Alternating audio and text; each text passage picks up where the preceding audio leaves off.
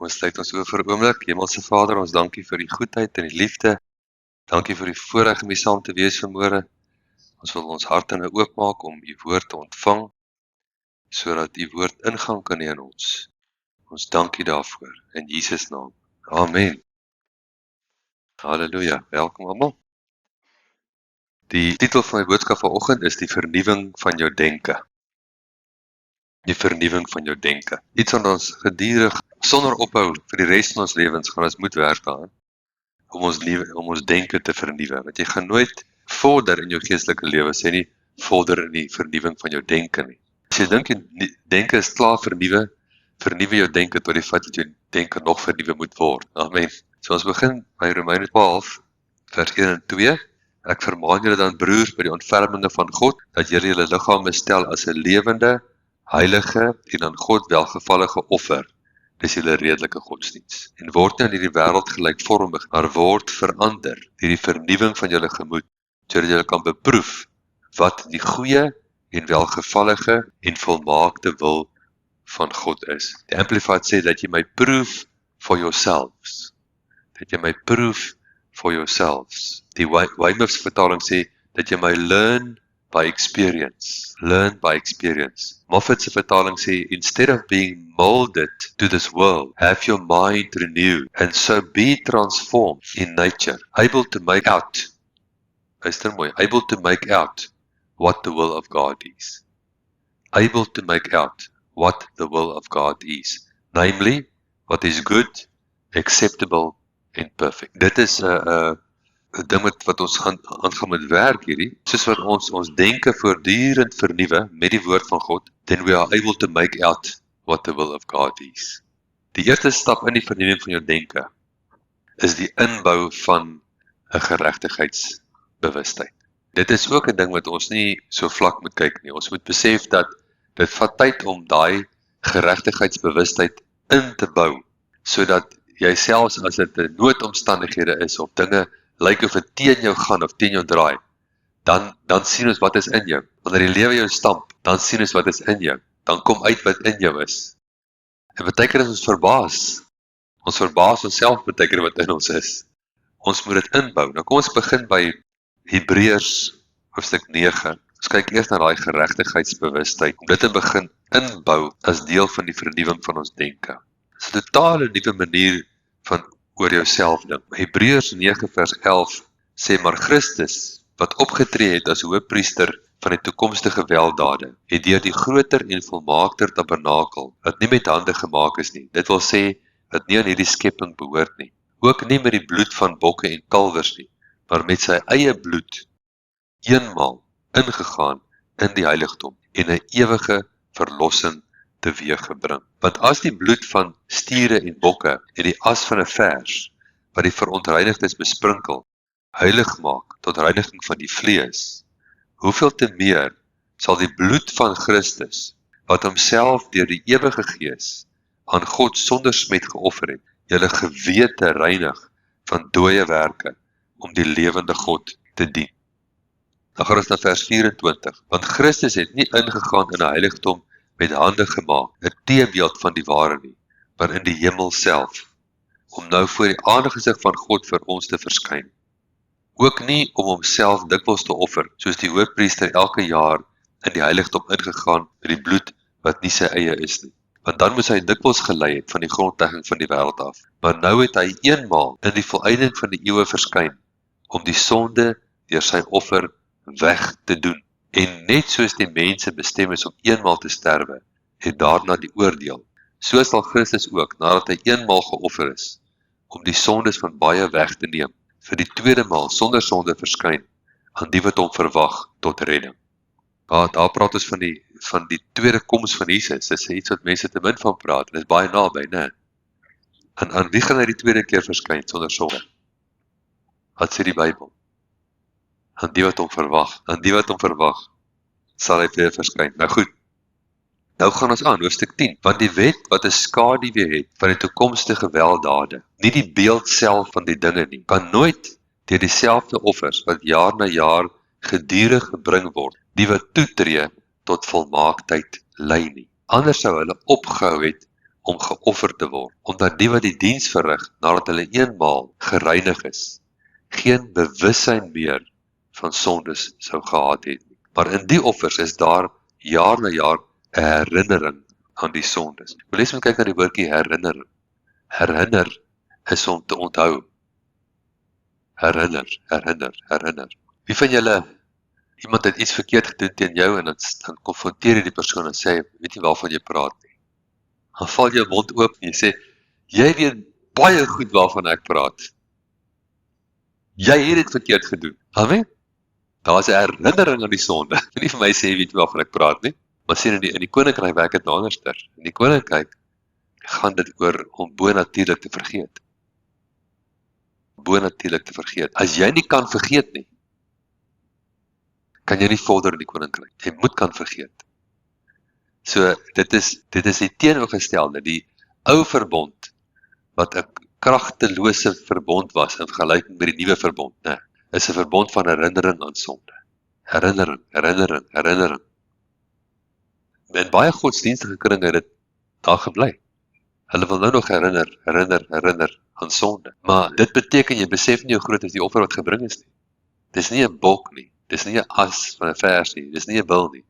Dis die bloed van Jesus. En met die bloed van Jesus is daar geen herinnering. Deel van hierdie vernuwing van die denke is om op te onthou.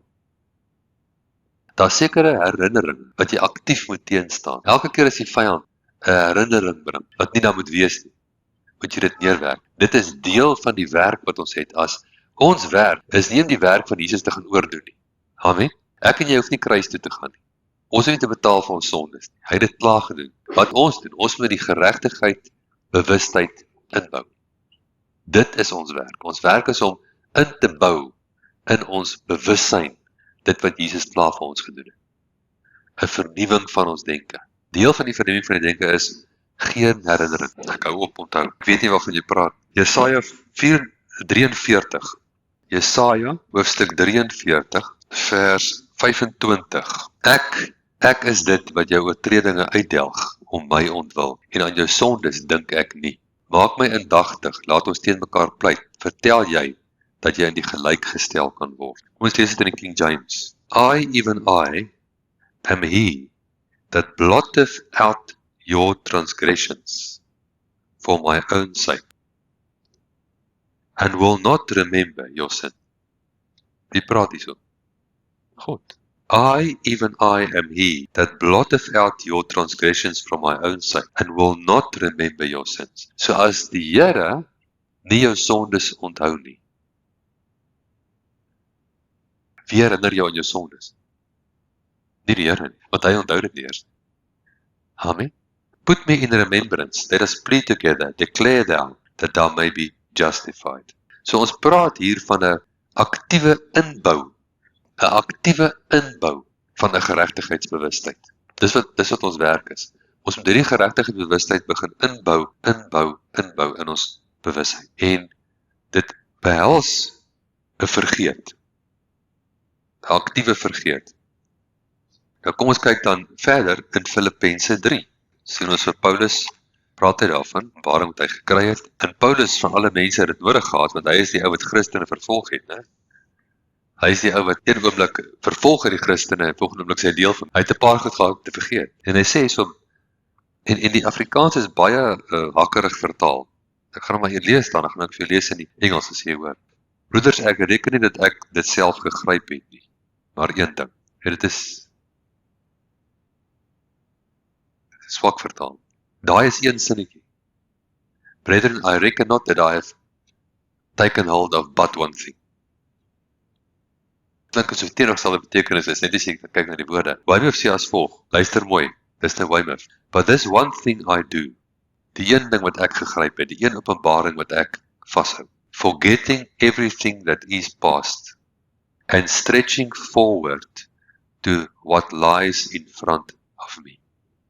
With my eyes fixed on the goal, I push on to secure the prize of God's heavenward call in Christ Jesus. So hier is 'n prys waarvan gepraat, om die prys te verkry. Die prys kan jy net kry as jy kan laat gaan van die verlede. As jy nie die verlede kan laat gaan nie, so Paulus sê, een ding het ek gesnap, ek het een ding gesnap, een ding het ek gegryp, ek laat gaan wat agter my is, en ek hou vas aan, en ek gaan vir wat voor my is. En dis die openbaring van vergeet. Dit is om te laat gaan van die sondebewustheid, en vasthou aan die geregtigheidsbewustheid. Ek kan nie die prys wen as ek dit nie doen nie. Goed, so dis 'n baie belangrike openbaring. En dis 'n sentrale openbaring tot Paulus se hele bediening, tot sy hele lewe.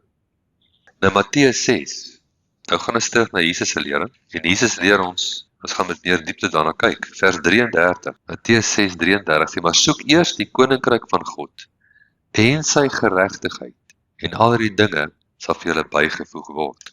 So ons weet, in Lukas 17 staan daar, die koninkryk van God is binne in ons. So as ons iets soek wat binne in ons is, dan is al klaar 'n deeglike rigting gekry. Want ek moet ten minste weet waar om te soek. So nou weet ek soek die koninkryk, eerste. As ek die koninkryk soek, dan sal dinge vir my bygevoeg word. Dinge gaan nie bygevoeg word vir my deur bekommerd te wees daaroor. Dinge gaan nie bygevoeg word vir my deur angstig te wees daaroor nie. Amen. Dis die lering wat Jesus gegee het. Hy het gesê, soek eers die koninkryk van God, en alle dinge sal van jou weggeneem word. Nee, dis hoe party mense dit preek. Is dit nie? Maar dis nie wat daar staan nie. Daar staan, soek die koninkryk, en die dinge sal vir jou bygevoeg word. Wie van julle wil graag hê dinge moet vir jou bygevoeg word? Soek die koninkryk. Dit sal dinge vir jou byvoeg. So om dinge bygevoeg te hê, moet ek iets aan die binnekant van my soek. En dis eintlik maar die boodskap van Spreuke, in 'n groot mate. Die rykste ou wat ooit geleef het, Salomo, in die boek van Spreuke, sê hy, wysheid, wisdom is the principal thing. Hy sê, 'n wyse man kan kritiek hanteer. 'n Dwaas kan geen kritiek hanteer. As jy kritiek kan hanteer, kan jy finansiëel vorentoe gaan. As jy geen kritiek kan hanteer nie, gaan jy nie finansiëel. Dis die boodskap van Spreuke, dit is baie gewild nie, maar dit is daar. Stephen Scott is 'n man gewees wat baie gesukkel het met sy finansies, 'n kind van die Here. En hy het klomp werke gehad, maar hy het nooit ergens gekom nie. Dink hy sy 9de of 10de werk. En die kerk het maar vir hulle bokpakkies aangedra dat hulle kan eet baie keer, jy weet. En hy het net gevoel, hy kom nergens, hy's 'n jong man, maar hy kom nergens nie. En eendag kom gaan sien 'n ou en sê vir hom, man, gaan lees elke dag 'n hoofstuk van Spreuke. En maak 'n opsomming daarvan. Hy begin iets te kry daar, trou die Here. En hy het dit begin doen, en 4 jaar later, toe sy 'n miljonair, 'n paar jaar later is hy 'n biljonair. Maar een van die dinge wat hy gesê het in sy boek waaroor gaan is, hy sê, kritiek te kry, is soos wanneer iemand 'n emmer water in jou gesig gooi. Hy het een keer hy was met bemarking betrokke, en hy moes 'n bemarkingsding skryf. En hy doen sy bes, en hy skryf hierdie bemarkingsding, en hy vat dit vir die ou, en die ou kyk dan en sê, nee, dit is oulik, dit gaan nie werk nie. Hy sê, hoekom nie? Hy sê, dit geen hoek nie, dat is nie 'n hoek nie. Nou, die oomblik toe die ou sy effort verwerp, toe voel het vir hom, iemand gooi 'n emmer water in sy gesig. Hy sê, maar hy het al op die strand gesit, en dan kom sy kindertjies en gooi hulle emmer seewater in sy gesig. Hy sê, dan moet hy eers uit sy oë uitkry, en die sand uitkry, en die ongemaklikheid, en die pyn van die verwerping, en die pyn van die kritiek. Hy sê, maar as jy mooi gaan soek tussen alles, dan kan jy dalk 'n bietjie goudstof kry in daai sy. Hy sê, in die kritiek, hy sê, 'n wyse man is oop vir kritiek, en hy leer, en hy gaan vorentoe. 'n Dwaas haat kritiek. 'n Dwaas wil net wys wat hy weet. 'n wyse man wil weet wat jy weet. Dis eenvoudig, né? Maar soek eers die koninkryk van God en sy geregtigheid, al die dinge sal vir jou bygevoeg word. So, ons moet die koninkryk soek, dis iets binne in ons wat ons moet soek. As ek daai ding binne in my kan soek. Nou, wat staan in Romeine 14 vers 17? Hulle behoort almal te ken hierdie tyd. Romeine 14 vers 17 sê die koninkryk van God bestaan nie uit spys en drank nie, maar uit geregtigheid, vrede en vreugde in die Heilige Gees. Okay, so dit is die tipe goed wat ons moet soek, as ons in die koninkryk belangstel, wat dinge byvoeg gaan. So my eerste stap om die koninkryk te soek, is om geregtigheid eerste te stel. Heel eerste. Jy gaan nie in vrede ingaan, sonder geregtigheid. So ek moet die openbaring van geregtigheid vasmaak in my. Korintiërs 5:21, God het hom, wat geen sonde geken het nie, sonde vir my gemaak, dat ek kan word die geregtigheid van God in hom. 1 Petrus 2:24, King James, who his own self bore my sins in his own body on the tree, that I can be dead to sin, that I can be alive unto righteousness, by his stripes I am healed. Sien, daai goed moet gemediteer word. Dit moet gemediteer word elke dag. Dit is van kardinale belang om dit stewig in jou in te bou. Dit is ek nou hierdie Bybel vashou en ek hou hom so slapperig vas en die hardloop iemand vir my en ek gryp hom, dan het ek hom nou verloor. Maar as ek hom vashou, dan gaan ek 'n bietjie van 'n stoei afgee om die Bybel vir my te kry. Dit is soos dit werk met die openbaring van geregtigheid. As ek so slapperig aan hom vashou, dan kan die duiwel hom maklik weg. Ek gryp hom na hardloop uit. Nou is ek nie heeltemal seker hoe geregtig is ek. Maar as ek hom vat en ek hou hom vas, dan gaan ek stoei met die. Jy gaan nie maklik by wat na dink, want ek het 'n grip op hom. Nou dis wat ons moet doen. Ons moet 'n grip kry op hierdie geregtigheidsbewustheid wat die Here wil hê ons moet inbou. Want ons kan nie ontvang van die Here af sonder dit nie. Onmoontlik. Jy moet dit hê. En ons is koninkryksmense. Dit beteken ons moet ontvang uit die koninkryk. Ons kan nie gebuk gaan onder die wêreld. Dis nie ons roeping. Ons is nie geroep om aan die wêreld oorgelewer te wees en die wêreld so ups and downs nie. Ons moet koninkrykskragte manifesteer. En dit begin by hierdie geregtigheid. Jesaja 32:17 sê, en die werking van geregtigheid sal vrede wees. Jy sien? Geweldige vrede. Want Jesus het gesê, my vrede laat ek vir julle na. My vrede gee ek vir julle. Nie soos die wêreld gee ek nie. Laat nie jou hart ontsteld word oor enige iets nie. Amen? As jou hart ontsteld word, dan die omstandighede jou beet. Wie van julle is al beet gekry deur die omstandighede? Moenie hand opsteek. Ons moenie beet gekry word deur die omstandighede nie. Ons moet die omstandighede beet kry. Die omstandighede kan nie bepaal of ek vrede het of nie vrede het. Meeste omstandighede bring nie vrede nie. Maar dis nie 'n probleem nie. Jy het vrede, bring dit. Bring jou eie vrede saam. Jy bring jou vrede in die omstandighede. Amen. Die voorbrengsel van geregtigheid, rus en veiligheid tot in ewigheid. Nou gaan ons na 54, Jesaja 54, en ons lees van vers 14. Nou weer eens hou ek meer van die Amplified.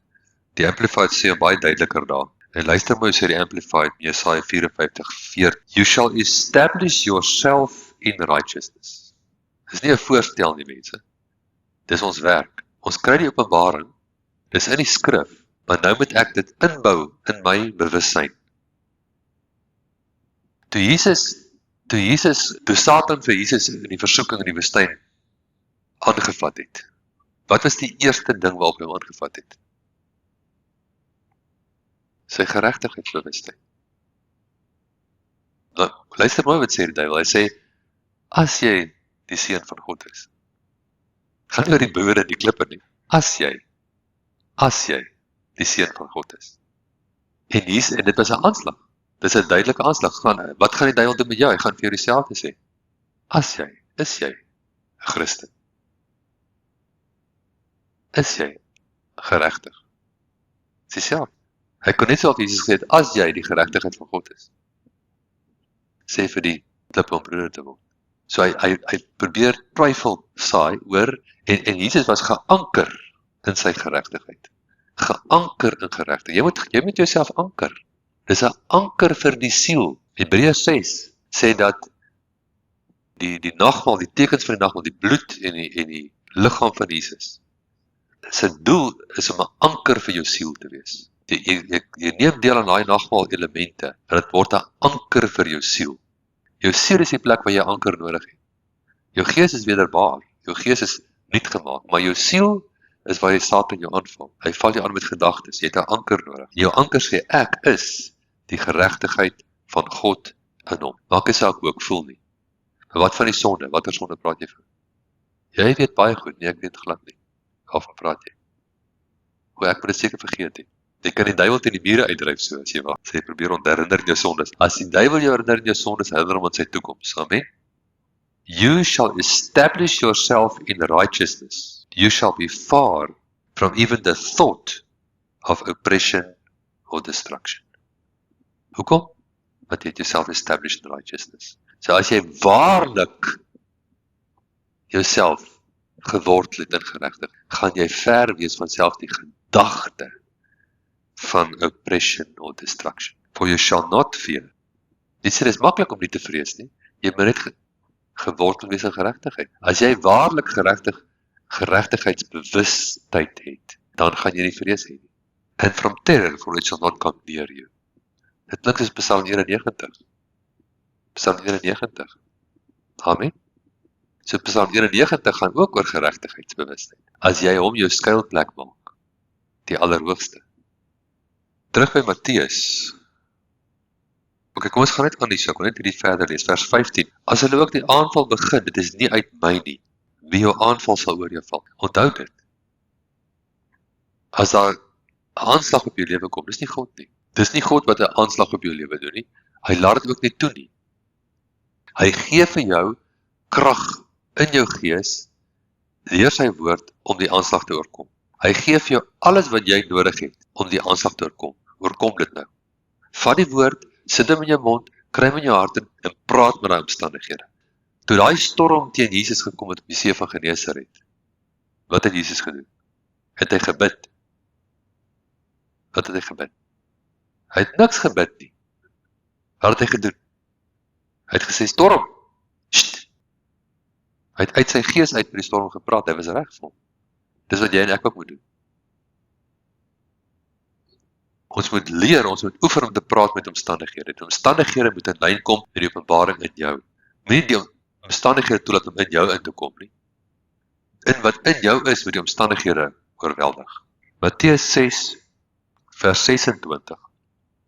In die Amplified, look at the birds of the air.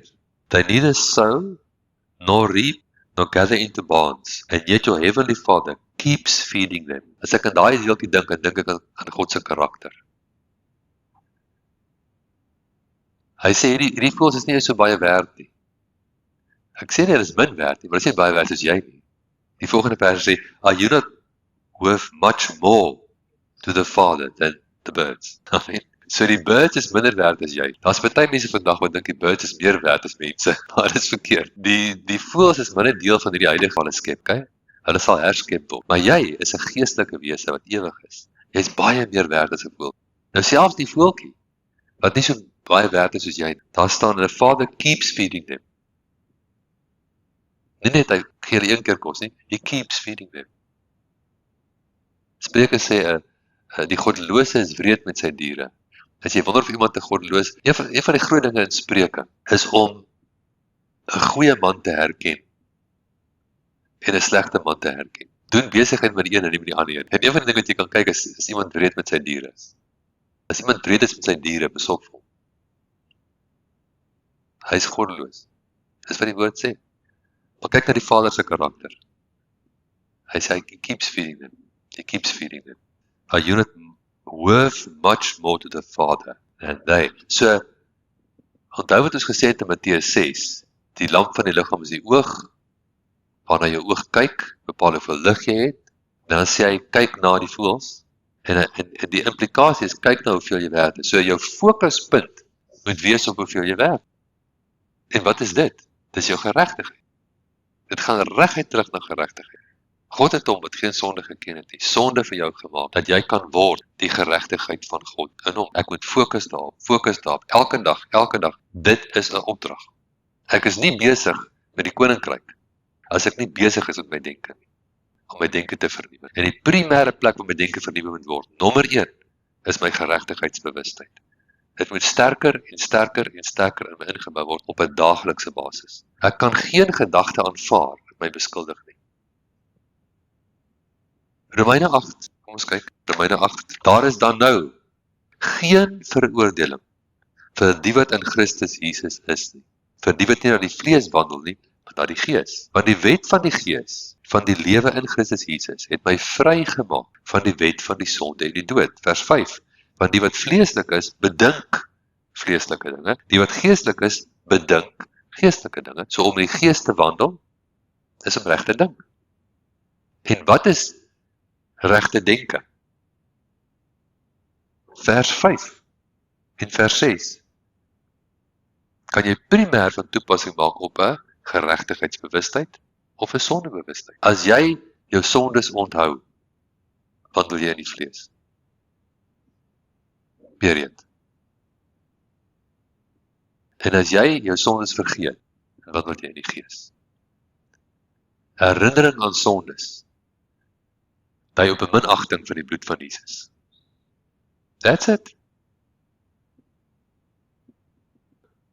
En dit aktiveer wette. Hy sê die wet van die gees, van die lewe in Christus Jesus. Jy kan 'n geesteswet aktiveer in jou lewe. 'n Wet is 'n ding wat dinge laat gebeur, hoor.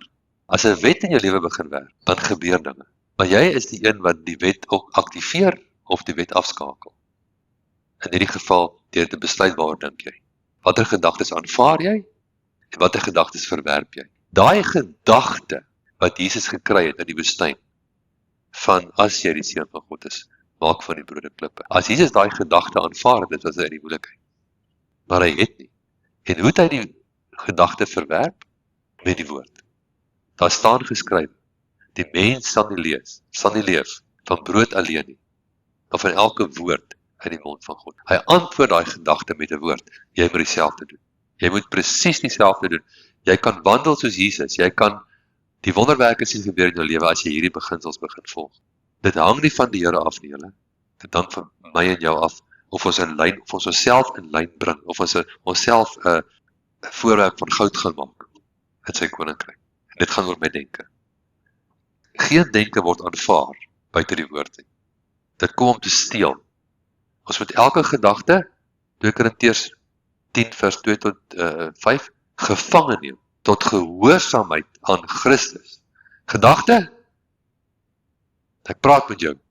Ek is die geregtigheid van God in Jesus.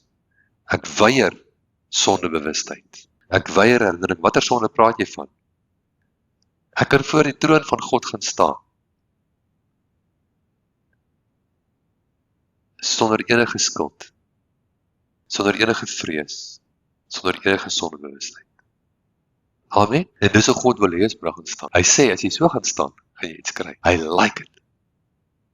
Hierdie Vader wat ons dien, hy like it, as jy so daar gaan staan. Hy soek nie mense daarin kry. Hy soek iemand wat vat wat hy gee, met vreugde.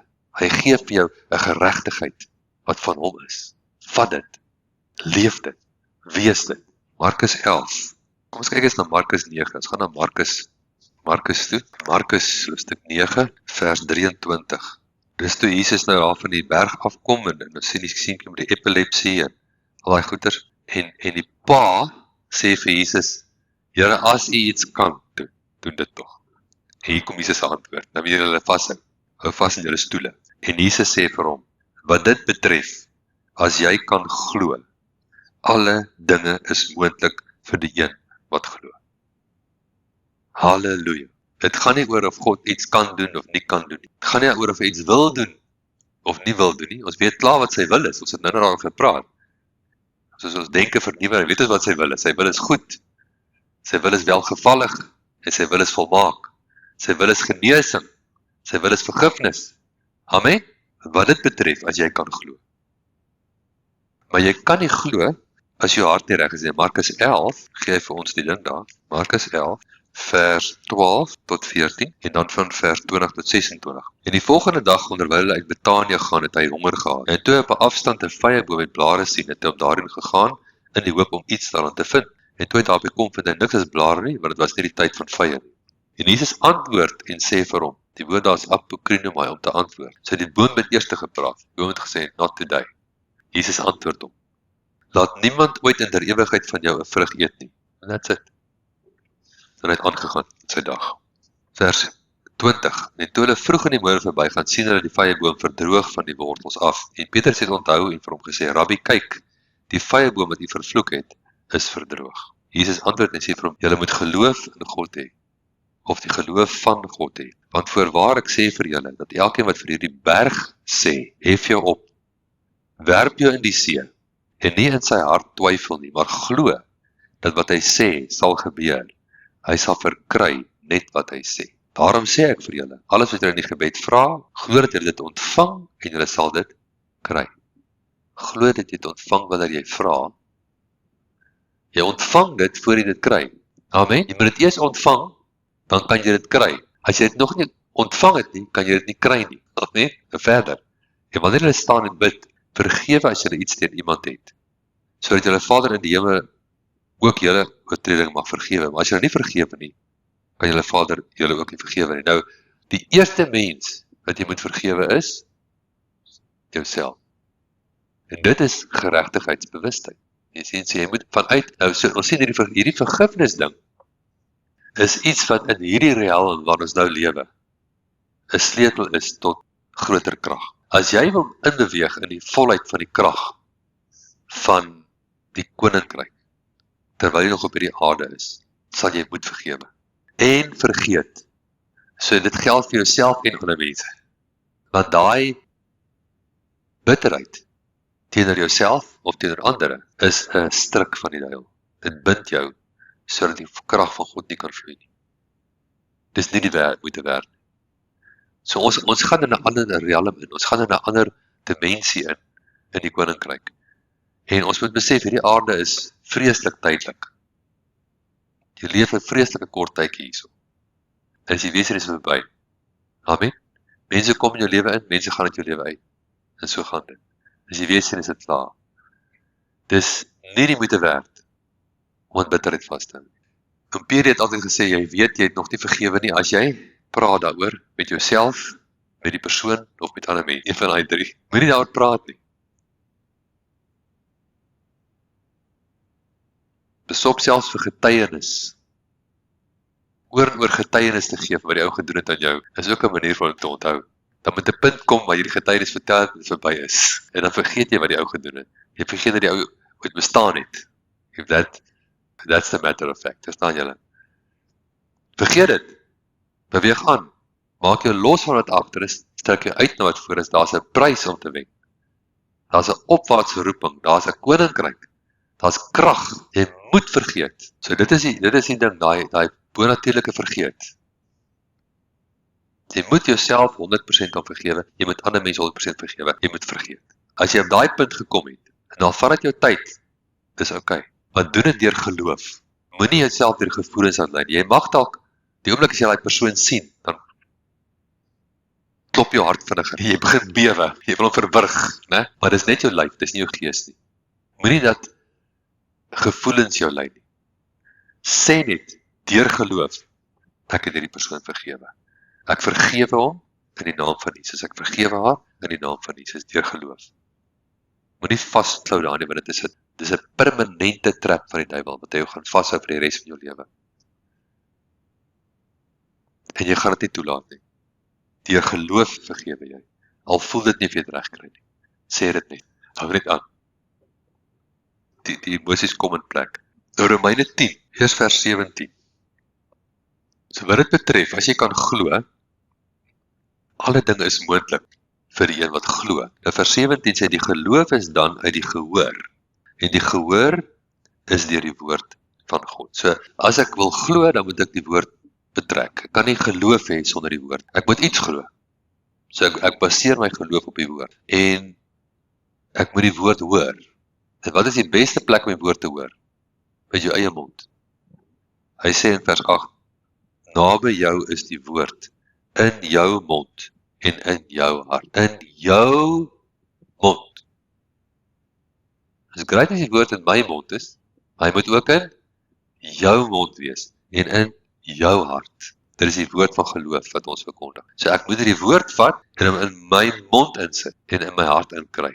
Ek begin heel eerste met die woord van geregtigheid. 2 Korintiërs 5:21. God het hom wat geen sonde geken het nie, sonde vir my gemaak, dat ek kan word, dat ek kan wees, dat ek nou is die geregtigheid van God in hom. Ek sê dit, al voel ek nie so nie, al lyk dit nie so nie, ek vat dit en ek sê dit. 1 Korintiërs 15:34 sê, awake to righteousness and sin not. Jy word wakker tot die feit dat jy is die geregtigheid van God. Die bloed van Jesus was genoeg. Hy het met sy eie bloed betaal vir jou. Dat jy vry kan wees, skoon kan wees.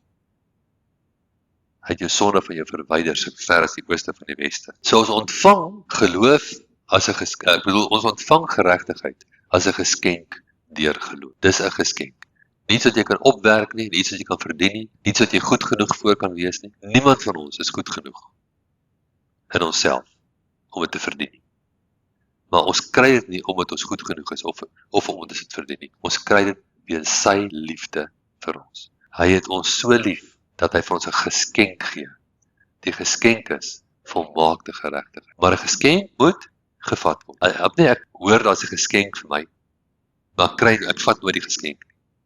Dan doen ek nie eer. As ek 'n geskenk vir iemand gee en die persoon wil dit nie vat nie, dan is dit die ultimate belediging. Ek bedoel, as ek nou al die moeite doen, en ek koop vir jou 'n mooi persent, draai hom toe met 'n strikkie op, en ek bring hom vir jou en sê nee dankie. Ek is dit nie werd nie. En God het 'n geskenk gebring. Kom ons vat hom. Kom ons sê dankie Here Jesus. Ons is u geregtigheid. 1 Johannes 3 vers 19 tot 22. 1 Johannes 1 vers 9. Wie weet wat staan in 1 Johannes 1 vers 9? 1 Johannes 1 vers 9 sê, as ons sondes bely, hy is getrou en regverdig om ons die sonde te vergewe en ons te reinig van ongeregtigheid. Nou vir hoofstuk 3 gaan ek vir jou in die Wyman vertaling lees. Hy sê, Beloved, if our hearts do not condemn us. Hy sê mooi. Beloved, if our hearts do not condemn us, we address God with confidence, and whatever we ask for, we obtain from Him. Sien jy?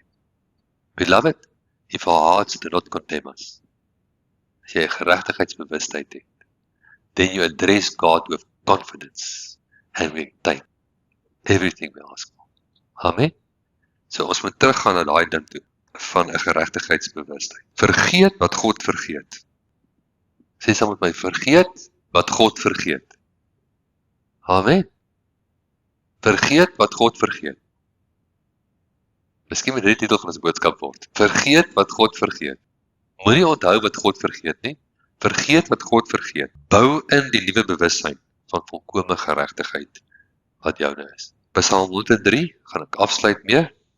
Ons lees Psalm 103 saam, vers 1 tot 5. Psalm van Dawid. Loof die Here, o my siel, en alles wat binne in my is.